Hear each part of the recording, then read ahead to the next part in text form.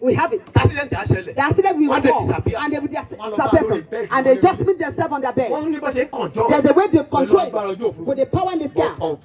But unfortunately, that thing took someone one day and he hung him on the tree. And the thing has decayed before people. Let's leave that one. Let's take another one. They are the one in charge of diversion. Yes, sir. Diversion. Someone give an testimony. Your pastor give a recon. Diversion. Look at the version. Two people are bearing the same name.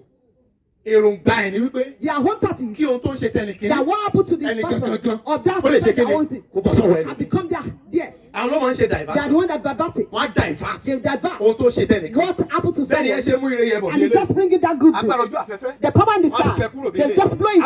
I just leave that person and go to another person. It's the power in the sky. They want in charge of. I want no one in here. I told you here. As a father transfer money. And it's answered in another person's account. And they got their ladder. And the second time he lifted it and went to another account. Is this power behind it? So I know these secrets. And I invoke the power of God.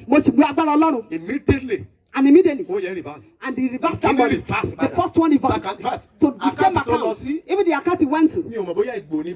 I don't know, maybe it's an Igbo man or he can't even pronounce his name. But he came back. That's the truth. Everyone hearing me. Wherever they divert your goodness, and I'm speaking now.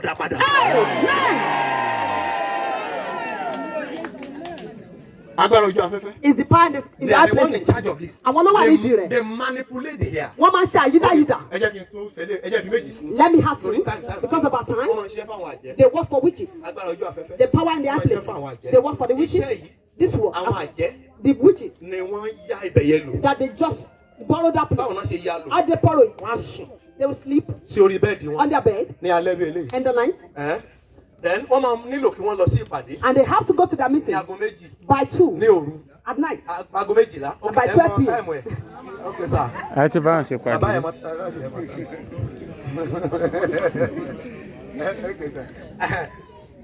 You understand what I'm saying?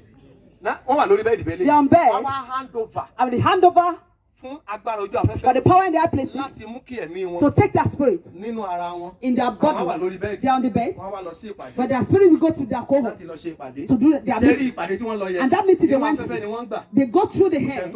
No one can see them except if they are a spiritual person. They will have their meeting and they will leave that place and come back to the bed. Between them and where they have their meeting, the power they have places that took them to that journey to go and do the meeting. You imagine, sir? Can you imagine it? For 7 witches to have a meeting inside a tree like this. Well, at the end, someone was telling us in their testimony the kind of TV. It's not more than this, but people that had meeting there, 9 people, and that place inside them. And when they get there, it will be so big, more than this encounter. So how did they enter? How did God is the power in the place that took them in, and the one that brought them out. Let me tell you where I'm going. The one that concerns us. All others. All those are good.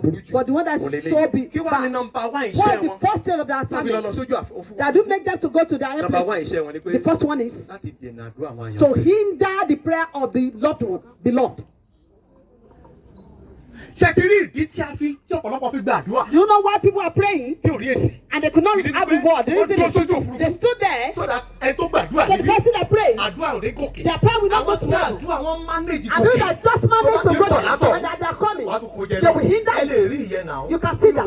Even in the book of Daniel chapter 10, Daniel prayed for the first day. God answered, I've heard you, but the prince of Persia stood there. And the Lord said, I've heard you. If they have signed the message, but the person that is praying still there, 21 days still praying, the Lord please. God has answered. It's the power that stood there. So they saw their prayer will not go to heaven. It's the power that places. As they pray, they call something bounce back. And it's come back. As they're praying, if they're the one that can intervene in prayer and they have seed for prayer, Or maybe he has something with him. Maybe he has arms and just manage as he's coming from there. Because they are doing his prayers. And when he's coming, he's a reward. And when he's coming, it might be just one. They will be like 14. And when it goes, that coming will be so difficult. That's the assignment of this great one. And before we stop, what do we do to them? It's three things. The major thing is what we want to use now. And I will prophesy. What's the major thing? I told you that they stay on the earth because they were chased out from heaven. The Bible says, I saw Satan and it fell like lightning. Luke chapter 10. Luke chapter 10, 18 and 19. I saw Satan that fell like lightning from heaven. He said, behold, I give you authority over serpent and every snake and every power of the enemy, which means they are on now. Yes, sir. So what do we do to them? Such power. Send them back to hell. Are you here? They went there illegally. So go and hinder your prayer. What do you tell your prayers? You the spirit hear this. That's not your place. That's that. Where my prayer want to pass, it's not your house. You just tell her in your home. Some will say it. Look at all our parents here. All our mothers and fathers. Look at these 4 people. Where our mother is. This where his car is. That's where their prayer will go. This where our father is saying that the prayer will go. Where our mother said that's his own star. And the other woman, that's his star. So our father put my fault. And the thing is clear. And the reward will come down. That doesn't mean that the second one is clear. And if our mother can pray, that's where it goes and come back. And our father has to clear his own and come back. Our mother has to clear it. Everybody will clear their holes. And as it's clear, that's when the prayer be answered. When I tell you to pray, just one prayer point.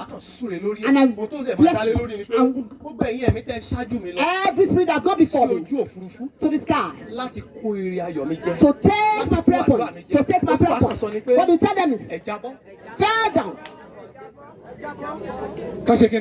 That they should fall. That's not your place. That's not your place.